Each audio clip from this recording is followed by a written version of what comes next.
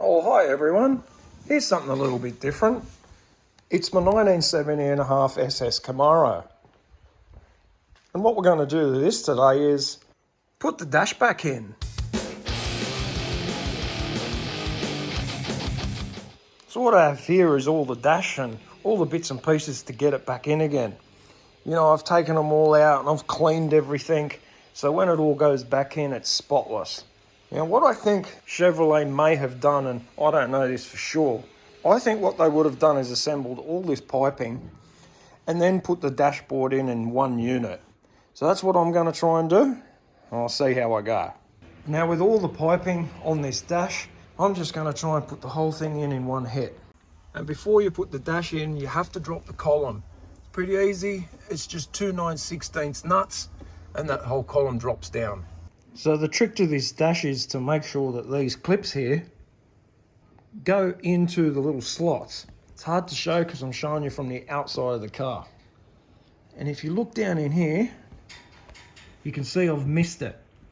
I've actually gone under the dash and on that one. So I've got to get in the car and manipulate those clips so that they sit in those slots. Now that I have all those clips lined up, you can see this one down in here as well, it's time just to push this dash in as hard as I can until it clips in. Okay, these clips have gone home, but I will say you got to put a lot of weight into it. Not something I can hold the camera and push it in to show you. It makes a big loud click when they've gone in, so you know it's home. So with that all clipped in, there's just a small gap before the steel there. And that's how it was before I pulled the dash out. So the next thing to do is get these screws up in here, which are just under the vents on both sides. There's one there, and there's one here on the other side. Now there's one thing to say here, I ran out of black duct tape. And I used some silver stuff here. Yeah, that's not going to work. When you look through the speaker grill, you can see silver there. And I don't like that, so I'm going to have to put some black tape on there. I mean, I probably could run the speaker again, but it'll never work because this is what it looks like. That's not going back in. So the next thing to do is put the dash in here. Now I run a Dakota Digital dash. So for me, it's as simple as a Cat 5 or Cat 6 wire. I'm not sure which one it is. But for you, it might entail a whole heap of wiring, a speedo cable, things like that.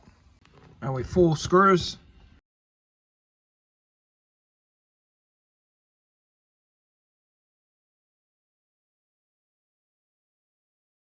I also wanted to add that the easiest way I found to put this cigarette lighter in was to wait till it was kind of sitting up in here first and just get my hand in behind here and spin that back nut on. I guess you'd call it a nut. And just find your orange wire and just plug it in from the back here. So then what I did is I just put the column back up with the 2 bolts. They're only loose for the moment. Put this dash fascia in its spot and put the 4 screws in. You know, and before I go any further, I probably should just check that all my instruments are working. Yeah, they all seem to be working. Time to do up these 2 bolts there.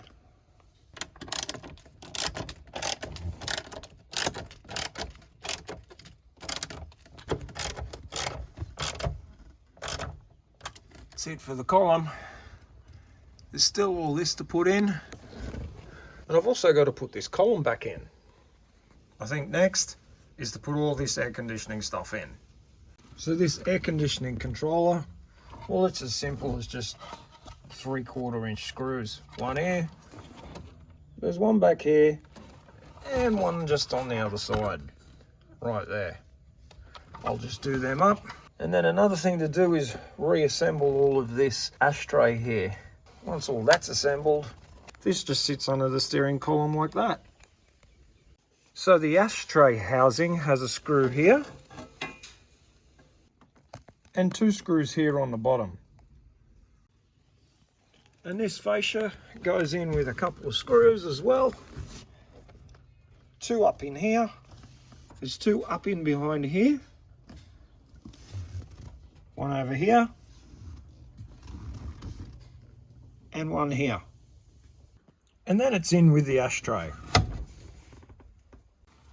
Next thing I did was put this vent in, which is a simple thing of just 3 screws. And hooking it up to the vent. Well, that's it for the driver's side. It's time to get over onto the passenger side. Get the glove box in, put the stereo back in as well, and then tidy up all this wiring. Well, over on the passenger side here, first thing to do is put this glove box light in. And it's held in with a 5/16 head screw. Really simple. It just sits up under the dash here, and this little screw just goes up in here. I'll do that, and then we'll get on to putting the glove box liner in. Now, getting this cardboard glove box liner in can be a little bit difficult. One might think you've got to come from this side and try and push it over, but no, just put it up and under and then feed the lip of the liner in here. Once it's in there, it'll just sit like that. And then what we've got to do is put this contraption in. And what this is going to do is it's going to go up from behind. It's going to clip up into here. Then there's 1 screw that goes up and under here, and it's around about here where my finger is. As you can see, I've got that retaining clip up in there to hold the glove box liner in. And there's the bottom bit of it there, which you're just going to bend up and push up into the area here and put a little screw in there. Now that little screw is right here in between these 2 glove box lid holders. And from underneath, there's that little screw there. I'll just put a bulb in there to show you that it all works. And it's time to put the actual glove box lid on. That just slips in here and has 4 screws underneath the bottom here. Now I've got this glove box lid on, it's time to put this vent on. As you can see, that goes in there, and then there's 4 screws that run underneath the glove box lid. Well, the stereo's in now, and that was as simple as just a plug and play. It's time now to put this console in.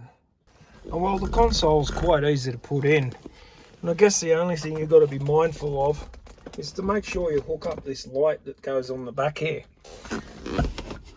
I've modified mine and just put some little electrical clips in there to make it really easy when I want to pull it out. Then all it is a couple of screws in here, a couple of screws up in there. I'm not sure if there's any in the back there. I guess I'll find that out in a sec. So I've got the console all in now, and I've got all the wires tucked up underneath the dash as well. And it's time to put these A-pillar covers on, both sides, and the trim work that goes up and around here as well. Well, that's it for the covers. They're all on, both sides. I tell you, there's a little screw here, and a little screw behind that rubber there. They're a little bit of a challenge to put on, as you've got to balance yourself with this one while you screw this one in. But anyway, that's done. It's time to take it for a drive and finish up for the day. Until next time, guys, see ya.